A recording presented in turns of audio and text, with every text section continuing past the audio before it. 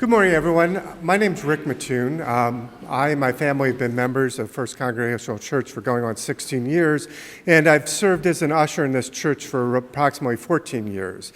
I'm here this morning to try to solicit you or to try to encourage you to consider joining the usher ministry. Now, as Seth spoke this morning, he said that what we're celebrating is really all of the ministries that support what we're doing here today, which is worship. And before I talk specifically about the usher ministry, I want to talk about why what we're doing right now is so important, and that's participating in worship. You see, in my life, in my day job, I work as an economist. And like many of you, that means I'm in a world that's profoundly empirical. Basically in the work I do, unless you can measure it, unless you can see it, it doesn't really exist. Now, contrast that to what we're doing today in worship. What we're trying to do is explore faith and explore spirituality. And in doing that, you're profoundly doing something completely the opposite. It's neither measurable nor necessarily seeable, but for me, that's an incredibly radical and important idea.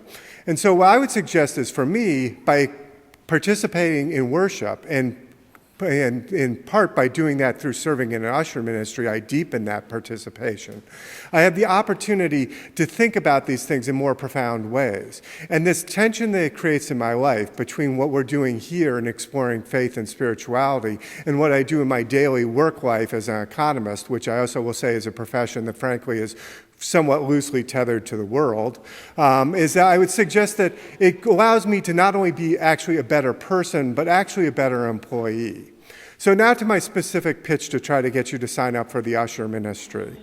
The first thing I'm sure you're all sitting there and thinking at this point is, but Rick, do I have the high-level motor skills to actually be an usher? And to help you answer that question, I've devised a simple test. All right, question 1, can you hand out the weekly bulletin?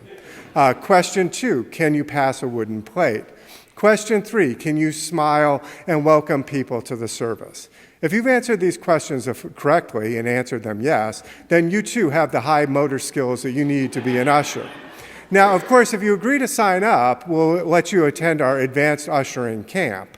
Now, in this training camp, you'll learn such advanced skills as how to put oil in the candles, making sure there's actually water in the baptismal font when we have a baptism, and figuring out how to put those little reserve signs on the front pews. Now, the other good news you should know is that I'm under the impression that if this year's annual fund works out correctly, we're going to be allowed to get really spiffy new uniforms for the ushers. Now, these are going to be patterned after what the guards at Buckingham Palace wear, and I know that I'm going to look particularly good in one of those giant bearskin caps. So I would like to really encourage you to consider joining the usher team. I think it will deepen your experience in terms of your connection to worship, which I think is particularly important, and I think it's a great way to serve and meet fellow members of the church. If you're interested, you can contact Tom Pulver, myself, the church office. There's many, many ways you can serve at either of the services. So in closing, I'd like to say, consider joining us, the few, the proud, the ushers. You won't regret it. Thank you.